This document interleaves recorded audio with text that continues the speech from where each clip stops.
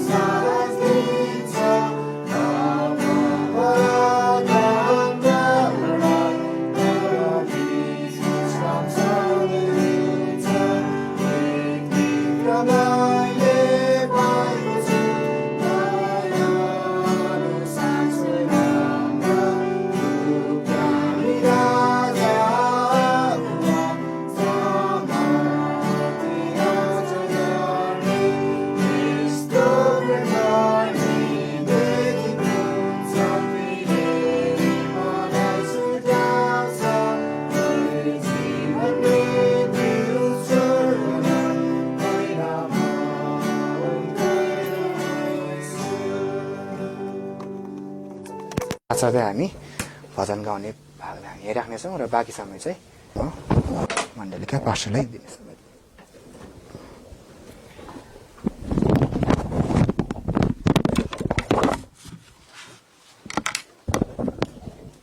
हुन्छ, सबैलाई जय मसीह। हामीहरू केही बेर प्रार्थना हामी गर्नेछौँ र यस बिचमा हुन्छ हामी वचनको सेवा हामी जाँदैछौँ र वचनको लागि आज हामी अमेलले बाँड्दै हुनुहुन्छ। हामी अमेललाई स्वागत गर्छौँ। सम्पूर्ण मण्डली परिवारलाई, विश्वासी जनहरूलाई ख्रीष्ट येशूको नाममा जय मसीह छ। आउनुहोस् हामी यस समय परमेश्वरको वचनबाट हेर्नेछौँ। परमेश्वरले चाहिँ हामीलाई जुनसुकै परिस्थितिमा पनि जिउनको लागि आफ्नो वचन दिनुभएको छ। उहाँले आफ्नो वचनद्वारा आफ्नो जनहरूलाई कसरी जिउनुपर्छ भन्ने कुरा सिकाउनुहुन्छ र सबै खाले परिस्थितिमा पनि हामी चाहिँ निराश हुनु पर्दैन, हताश हुनु पर्दैन, आत्तिनु पर्दैन। हामी केवल उहाँको वचनमाथि भरोसा गर्दै यदि हामी जिउँछौँ भने हामी प्रभुद्वारा आशिषित हुन सक्छौँ। विषय हामीले यसरी लिएका छौँ, सङ्कष्टपूर्ण समयहरू विश्वासीहरूका लागि कस्ता समयहरू हुन् त है। सङ्कष्टपूर्ण समयहरू आउँछन् अवश्य पनि। बाइबलले विश्वासीहरूलाई सङ्कष्टपूर्ण समयबाट विश्वासीहरू चाहिँ पूर्ण रूपमा मुक्त छन् भनेर भनिदिएको छैन। तर सङ्कष्टपूर्ण समयहरू आउँछन्, अप्ठ्यारा समयहरू आउँछन्, अप्ठ्यारा परिस्थितिहरू आउँछन्, तर त्यसको पछाडि उद्देश्य छ। र यी समयहरूमा चाहिँ आज विश्वासीहरूले चाहिँ के गर्नुपर्दछ त? विश्वासीहरूको कर्तव्य, विश्वासीहरूको जिम्मेवारी, जसले परमेश्वरलाई चिनेका छौँ, साँचो परमेश्वरलाई चिनेका छौँ, यी जनहरूको चाहिँ जिम्मेवारी के रहेको छ त? पहिलो बुँदा मैले यसरी लिएको छु है त। सङ्कष्टपूर्ण समयहरू चाहिँ विश्वासीहरूको लागि उपवास प्रार्थनासहित परमप्रभुको खोजी गर्ने समय हो है। पहिलो बुँदा सङ्कष्टपूर्ण समयहरू चाहिँ विश्वासीहरूको लागि उपवास प्रार्थनासहित परमप्रभुको खोजी गर्ने समय हो। अनि यी समयहरू चाहिँ वास्तवमा अनि सङ्कष्टपूर्ण समयहरूमा चाहिँ हामीले परमेश्वरको खोजी गर्नुपर्दछ। अनि यी कुराहरू चाहिँ हामी बाइबलमा पाउँछौँ है त। बाइबलमा हामीलाई पुरानो नियम, नयाँ नियममा यी कुराहरू देखाइएको छ। परमेश्वरका पवित्र जनहरूको विषयमा यो उदाहरणसहित हामीलाई देखाइएको छ। र जुन कुरा पवित्र शास्त्रमा लेखिएका छन् ती कुराद्वारा नै हामी यी कुराहरू हेर्दैछौँ। सबैभन्दा पहिले हामी आउनुहोस् पल्टौँ दोस्रो इतिहास 20 अध्यायको 1 देखि दोस्रो इतिहास 20 अध्यायको 1 देखि 3 को खण्डलाई हामी यहाँ हेर्नेछौँ। प्रभुका जनहरूलाई पुरानो समयमा पनि सङ्कष्टहरू आए र त्यस्तो सङ्कष्टपूर्ण समयहरूमा प्रभुका जनहरूले कस्तो प्रतिक्रिया दिए त, कसरी उनीहरूले त्यो समस्यालाई त्यो सङ्कष्टलाई पार गरे अथवा त्यो सङ्कष्टमाथि विजय पाए। यहाँनिर हामी हेर्छौँ यहोशापातको विषयमा देखाइएको छ। 20 अध्यायको 1 देखि 3लाई हामी पढ्छौँ भने अनि त्यसपछि यस्तो भयो, मोआबीहरू र अम्मोनीहरू अनि तिनीहरूको साथमा अम्मोनीहरू बाहेक अरू लडाई गर्न यहोशापातको विरोधमा आए। तब मानिसहरू आएर यहोशापातले यसो भन्दै बताए, समुद्र पारीबाट अरामपट्टिबाट एउटा ठुलो भिड तपाईँको विरोधमा आइरहेछ अनि हेर्नुहोस् तिनीहरूले हसासोन तमारमा अर्थात् एन गद्दीमा छन्। अनि यहोशापात डराए र आफूलाई परमप्रभुको खोजमा लगाए अनि सारा यहुदाभरि उपवासको घोषणा गरे। प्रभुका जनको प्रतिक्रिया चाहिँ यो हो। वास्तवमा जब प्रभुको जन एउटा डरमा पर्दछ, एउटा सङ्कष्टपूर्ण समयमा पर्दछ, त प्रभुको जनले गर्नुपर्ने कर्तव्य चाहिँ यो हो। है धेरैपल्ट हामीहरू सङ्कष्ट समस्या भन्ने साथ डराउँछौँ, आत्तिन्छौँ। है हामी डरमा त्यो आत्तिएको अवस्थामा हामी गलत निर्णयहरू गर्न पुग्छौँ, हामी गलत कदमहरू चाल्न पुग्छौँ। तर यदि हामी बाइबलमा ध्यान साथ हेर्छौँ भने, परमेश्वरको वचनमा ध्यान साथ हेर्छौँ भने परमेश्वरका जनहरूले विगतका समयमा यस्तो परिस्थितिहरूलाई कसरी पार गरे अथवा यस्तो परिस्थितिहरूमा कस्तो प्रतिक्रिया जनाए त। है यहाँ भनेको छ अनि यहोशापात डराए। सङ्कष्टको समयहरूमा वास्तवमा डर उत्पन्न हुन्छ। जब सङ्कष्टहरू हामी देख्छौँ, जब हामी समस्याहरू देख्छौँ, तब हामी डराउँछौँ। तर यो डरमा चाहिँ एउटा विश्वासी सधैँभरि रहिरहँदैन, अथवा एउटा डरमा चाहिँ विश्वासी सधैँभरि रहिरहने त्यहाँनिर काम छैन भनौँ, अथवा त्यहाँ रहिरहने चाहिँ उसको त्यो मुख्य कर्तव्य होइन, जिम्मेवारी होइन। तर उसको जिम्मेवारी चाहिँ, मुख्य कर्तव्य चाहिँ त्यो डराउँछ, त्यसपछि परमप्रभुको खोज गर्ने, है उपवास सहित प्रार्थना गर्ने। परमप्रभुले के देखाउनुहुन्छ? बाइबलले हामीलाई सिकाउँछ मानिसहरूलाई पर्ने परीक्षाहरू चाहिँ को साथसाथमा उहाँले उम्कने बाटो पनि दिनुहुन्छ। है त्यहाँ हरेक परीक्षाहरूमा, हरेक सङ्कष्टको समयहरूमा साथसाथै परमेश्वरले हामी हरेकलाई उम्कने बाटो पनि दिनुभएको छ। अनि परमप्रभुको खोजी गर्नु, उपवास प्रार्थना सहित उहाँको सामु जानु, आफूलाई नम्र तुल्याउनु भनेको चाहिँ प्रभुसँग त्यो बाटो, होइन जुन बाटो उहाँले राखिदिनु भएको छ हाम्रो लागि, त्यो बाटो चाहिँ उहाँसँग सोधी माग्नु हो, खोजी माग्नु हो। अनि यहाँनिर उनले खोजी गरेका छन् परमप्रभुको। है अनि परमप्रभुले एक दर्शी मार्फत उसलाई जवाब दिनुभएको छ।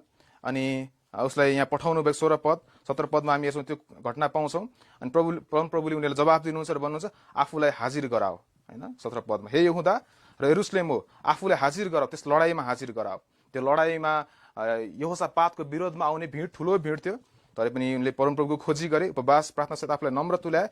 परमप्रभुले भन्नुभयो जाऊ त्यस लडाइँमा आफूलाई हाजिर गराऊ, नडराऊ, हताश नहो। होइन र परमप्रभुको उद्धार ल्याएर परमप्रभुले उद्धार गर्नुहुन्छ। त्यसैले सङ्कष्टपूर्ण समयहरू विश्वासीहरूको लागि उपवास सहित प्रार्थना अथवा उपवास सहित परमप्रभुको खोजी गर्ने समय। यसै गरी हामी अर्को उदाहरणलाई हेर्नेछौँ, एस्तरको पुस्तक 4 अध्यायको 15 र 16 पद। हामीलाई एस्तरको पुस्तकको घटना राम्रै थाहा हुनुपर्छ। जब त्यहाँ हामानले षड्यन्त्र रचेर सारा यहुदी जातिलाई होइन नाश पार्ने उसले त्यो अठोट गरे, त्यो उसले विचार गरे, तब एस्तरले के गरे त? जब उसले सबै कुरा थाहा पाए, जब यो मोर्देकैद्वारा यो खबर उनले ल्याए, एस्तरले के भने 16 पदमा हेर्छौँ भने उनले भनेछन् 3 दिनसम्म रात दिन नखाइकन नपिकन मेरो निम्ति उपवास बसिदिनुहोस् र म र मेरी सहेलीहरू पनि यस्तै उपवास बस्नेछौँ। अनि यस अवस्थामा कानुन अनुसार नभए पनि म भित्र राजा कहाँ जानेछु, म नाश भए नाश हुली। होइन अनि उसले चाहिँ राजाको सामु गएर बिन्ती गर्नुपर्ने थियो, अनुरोध गर्नुपर्ने थियो, कारण राजाले चाहिँ सारा यहुदी जातिलाई नाश गर्ने उर्दी निकालिदिएको थियो। तर कानुन अनुसार चाहिँ उनी त्यहाँ जान मिल्दैन थियो। यदि गएको खण्डमा राजाले चाह्यो भने चाहिँ उनी मारिन पनि सक्थे। त्यसैले यो एकदम ठुलो कदम उसले चाल्नु अगाडि चाहिँ उनले परमप्रभुसँग उपवास सहित प्रार्थनाको माग गरिन् र आफैले पनि प्रार्थना गरिन् र सङ्कष्टपूर्ण समयहरूमा उसले प्रार्थना उपवासको यहाँनिर नमुना हामीलाई छोडेका छन्। है र परमप्रभुको खोजी गरेका छन् त्यहाँनिर। र यसै गरी पहिलो शमूएल 30 अध्यायको 6 पदलाई हामी हेर्छौँ भने दाउदको जीवनमा पनि यस्तै किसिमको घटना घटेको छ। है पहिलो शमूएल 30 अध्यायको 6 पदलाई हेर्छौँ भने अनि दाउद साह्रै सङ्कष्टमा परे। है साह्रै सङ्कष्टमा, ठुलो सङ्कष्टमा दाउद त्यहाँनिर परेका छन्। दाउद चाहिँ यसको पृष्ठभूमिलाई हेर्छौँ भने दाउद यति बेला सिक्लगमा छन्, जुन चाहिँ पलिस्तीयहरूको देश हो। उनी चाहिँ यस ठाउँमा राजा साउलदेखि भागेर अथवा त्यस ठाउँमा शरण लिएर उनी बसिरहेका थिए। र जब पलिस्तीहरूको लडाई यहुदाको विरुद्धमा भयो तब दाउद पनि पलिस्तीहरू सँगसँगै लडाई गर्न गइरहेका थिए। तर पलिस्तीका मानिसहरूले, पलिस्ती शासकहरूले चाहिँ दाउदलाई भरोसा गरेनन् र दाउदलाई सिक्लगमा फर्काइदिए। तर जब दाउद सिक्लगमा फर्केर आए तब उनीहरू जुन बसोबास गरेको त्यो स्थान थियो त्यहाँ अमालेकहरूले आक्रमण गरेका थिए र दाउदका मानिसहरूका श्रीमतीहरू, छोराछोरीहरू सबैलाई कैद गरेर लगेका थिए। अनि जब यो कुरा देखे उनीहरूले सम्पूर्ण कुरा जलाएर त्यहाँ नाश गरेका थिए हैन, आगोले भस्म भएको थियो भनेर भनेको छ। अनि सम्पूर्णलाई कैद गरेर लगेको थियो भनेर भनेको छ। अनि यहाँनिर आउँदाखेरि चाहिँ हेर्छौँ भने दाउद साह्रै ठुलो सङ्कटमा परे है। 6 पदले भन्छ किनकि मानिसहरूले उनलाई ढुङ्गाले हान्न लागेका थिए। जुन मानिसहरू दाउदको पक्षमा थिए हैन, ती मानिसहरू तुरुन्तै कसरी दाउदको विपक्षमा भए। त्यसैले मानिसको त्यहाँनिर कुनै पनि भरोसा छैन। आज कुनै मानिस हाम्रो पक्षमा आउन सक्छ, भोलि हाम्रो विपक्षमा उभिन पनि सक्छ है। त्यसैले परमेश्वरमाथि भरोसा गर्नेहरूलाई चाहिँ फेरि परमेश्वरले यी सम्पूर्ण कुराहरूबाट छुटकारा दिनुहुन्छ है। यो कुरा यसबाट देखाइएको छ किनकि मानिसहरूले उनलाई ढुङ्गाले हान्ने कुरा गरे, किनभने सबै मानिसहरूको मन तितो भएको थियो। हरेक मानिस आफ्ना छोराहरू र आफ्ना छोरीहरूका निम्ति तर दाउदले आफूलाई परमप्रभु आफ्नो परमेश्वरमा साहसिला तुल्याए है। यी सबै परिस्थितिहरूमा योभन्दा अघिल्लोपल्ट दाउद र आफ्नो मानिसहरूसँग ठुल्ठुला लडाइँहरू लड्थे हैन, लडाइँ लडेर जितिरहेका थिए भने यति बेला चाहिँ दाउदले ती मानिसहरूमा हैन परमप्रभुमा आफूलाई साहसी तुल्याए है। अनि 7 पदमा हेर्छौँ भने 8 पदमा हेर्छौँ भने अनि दाउदले यसो भन्दै परमप्रभुलाई सोधखोज गरे है। दाउदले सङ्कष्टको समयमा परमप्रभुलाई यहाँ खोजी गरे। त्यसैले यसबाट हामी के सिक्न सक्छौँ भने हामी विश्वासी जनहरूको वास्तवमा जीवनमा आउने सङ्कष्टको पूर्ण समयहरू चाहिँ उपवास प्रार्थना सहित अथवा उपवासको प्रार्थनाको समय हो र साथसाथै परमप्रभुको खोजी गर्ने समय हो। यस समस्याबाट, यस सङ्कष्टबाट उहाँले हामीलाई कसरी छुटकारा दिनुहुन्छ भन्ने कुराको खोजी गर्ने समय हो। हामी निराश भएर, हताश भएर हैन बस्ने समय होइन। परमेश्वरले भन्नुहुन्छ नडराओ, साहसी हौ हैन, हरेस नखाऊ, निराश नहौ। यो छुटकाराबाट छुटकारा दिन अथवा यो समस्याबाट छुटाउन परमेश्वर सामर्थ्य हुनुहुन्छ। त्यसैले सङ्कष्टपूर्ण समयहरू चाहिँ विश्वासीहरूको लागि परमप्रभुको खोजी गर्ने समय र उपवास प्रार्थना सहित अथवा उपवासित प्रार्थना गर्ने समयहरू हुन्। त्यसैले तपाईँ र म आज हामी सबैजना त यस महामारीको सङ्कष्टमा त छैनौँ होला, तर धेरैजना हामी यस महामारीको सङ्कष्टमा परेका छौँ। कतिलाई आर्थिक अवस्थाको सङ्कट, कतिलाई भौतिक कुराको सङ्कट होला, कतिलाई शरीरमा स्वास्थ्यमा थुप्रै कुरा कमीहरू, घटी कमीहरू, सङ्कटहरू छन्। हामी परमप्रभुको खोजी गरौँ यस समयमा हैन। अनि यदि हामी कसैलाई सङ्कष्ट आएका छैनन् भने पनि हामी यस वचनद्वारा चाहिँ हामी आउने दिनमा हामीलाई हुन सक्ने त्यो सम्भावित सङ्कष्टहरूमा खडा रहन सक्नलाई चाहिँ यी नमुनाहरूलाई अथवा यी उदाहरणहरूलाई हामी पछ्याउन सक्दछौँ। त्यसैले हामी परमप्रभुको खोजी गरौँ, उपवास प्रार्थना गरौँ, प्रार्थना सहित हामी परमप्रभुको खोजी गरौँ सङ्कष्टपूर्ण समयहरूमा। त्यसैले अब दोस्रो बुदामा हामी हेर्नेछौँ सङ्कष्टपूर्ण समयहरू चाहिँ विश्वासीहरूको लागि परमेश्वरको प्रतिज्ञाहरूको सम्झना गर्ने र त्यसमाथि भरोसा गर्ने समयहरू हुन्। पहिलो बुदा हामीले हेऱ्यौँ उहाँको खोजी गर्ने प्रार्थना सहित। दोस्रो बुदा हामी हेर्दैछौँ परमेश्वरको प्रतिज्ञाहरूको सम्झना गर्ने र त्यसमाथि भरोसा गर्ने। परमेश्वरले आफ्नो वचनमा उहाँको प्रशस्त प्रतिज्ञाहरू दिनुभएको छ, विशेष गरी आफ्नो जनहरूको लागि। किनभने उहाँले आफ्नो जनहरूलाई केवल आज्ञा मात्र दिनुहुन्न, तिमीले यो गर्नुपर्छ, तिमीले त्यो गर्नुपर्छ मात्र होइन, तर ती आज्ञाहरूलाई प्रेम साथ पुरा गर्नको निम्ति त प्रेमद्वारा ती आज्ञाहरूलाई पालन गराउनको निम्ति परमेश्वरले साथसाथै प्रतिज्ञाहरू पनि राखिदिनुहुन्छ है, जसले चाहिँ हामीलाई ती आज्ञाहरू पालन गर्न, परमेश्वरको वचनहरू पालन गर्नलाई उत्साही बनाउँदछ है। परमेश्वरको प्रतिज्ञाहरू के छन् त वचनमा, हामी केही खण्डहरूलाई हेर्नेछौँ। सबैभन्दा पहिले हामी भजन सङ्ग्रह 34 अध्यायको 17 पदलाई हामी हेरौँ। भजन सङ्ग्रह 34 अध्यायको 17 पद। परमेश्वरले आफ्नो जनहरूलाई के प्रतिज्ञा गर्नुभएको छ हामीले पढिरहेको खण्ड हो, कुनै नौलो कुरा होइन।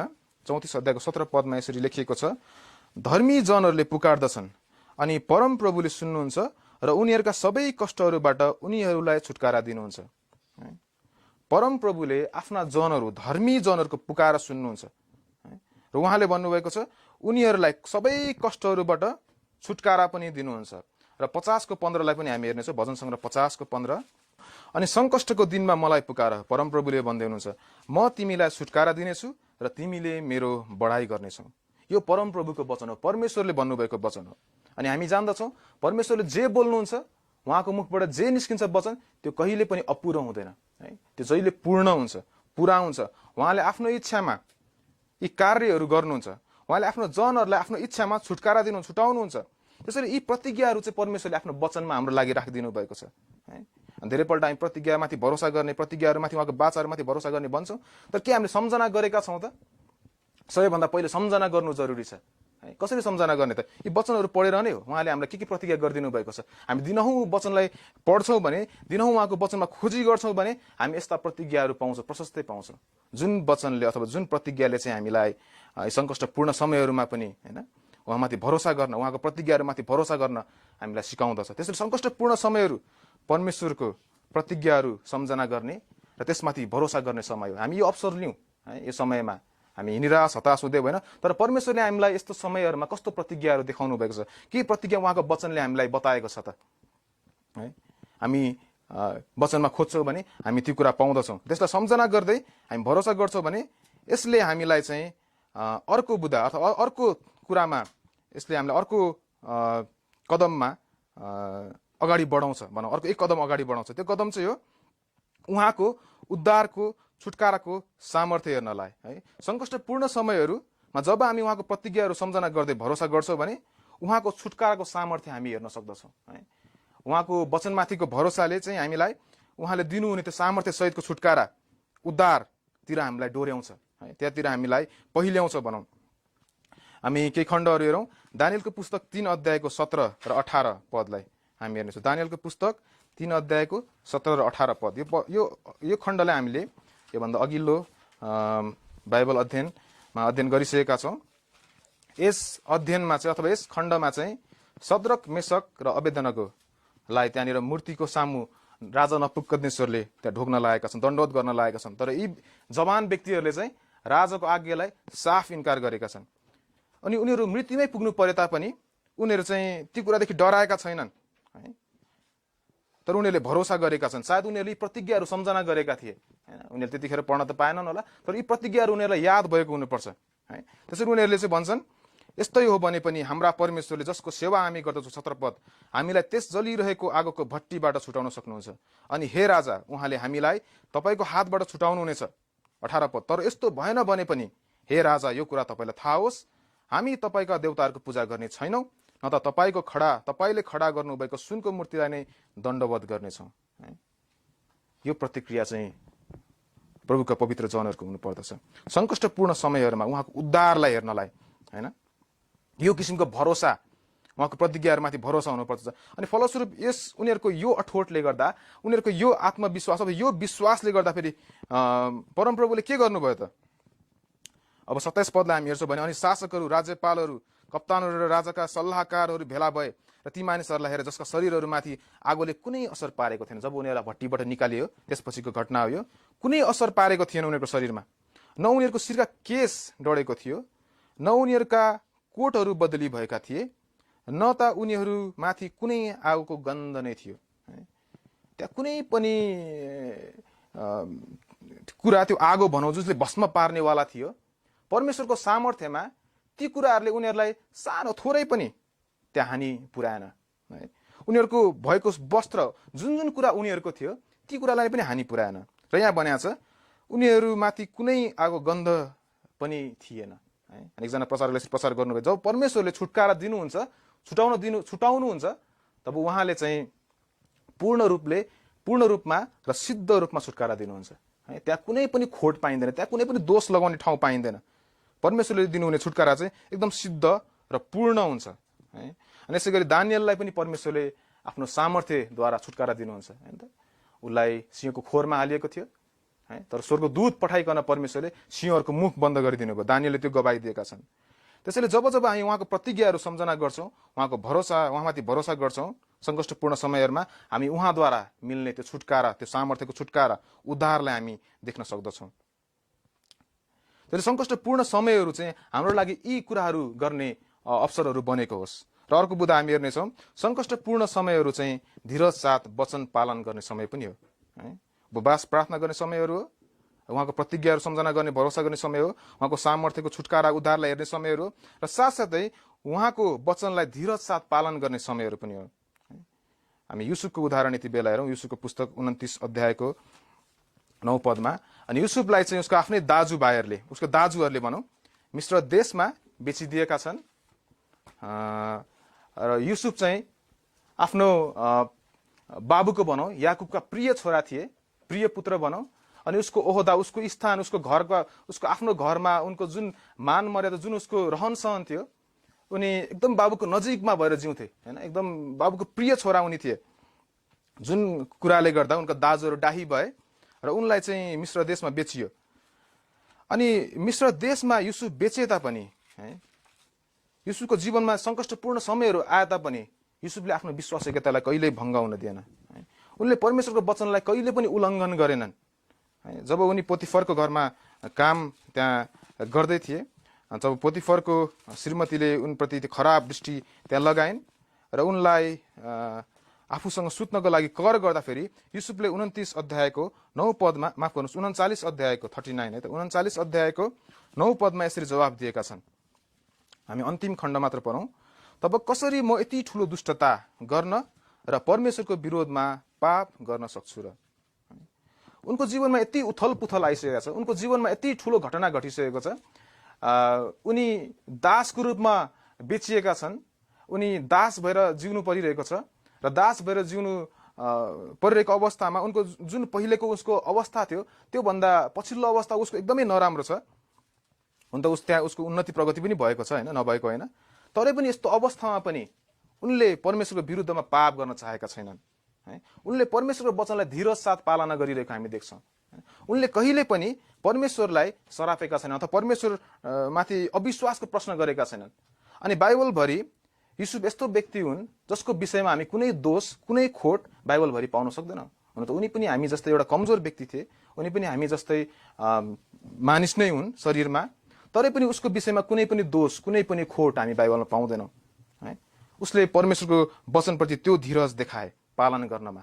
त्यसरी सङ्कष्टपूर्ण समयहरू धीरज साथ वचन पालन गर्ने समयहरू हुन्, जुन धीरज साथ वचन पालन गर्दाखेरि अब हाम्रो जीवन चाहिँ आनन्दमय हुन पुग्छन्, आनन्दमय है। त्यसैले अर्को बुँदा हामी हेर्छौँ, यो सङ्कष्टपूर्ण समयहरू चाहिँ विश्वासीहरूको निम्ति प्रभुमा आनन्द गर्ने समय पनि हो।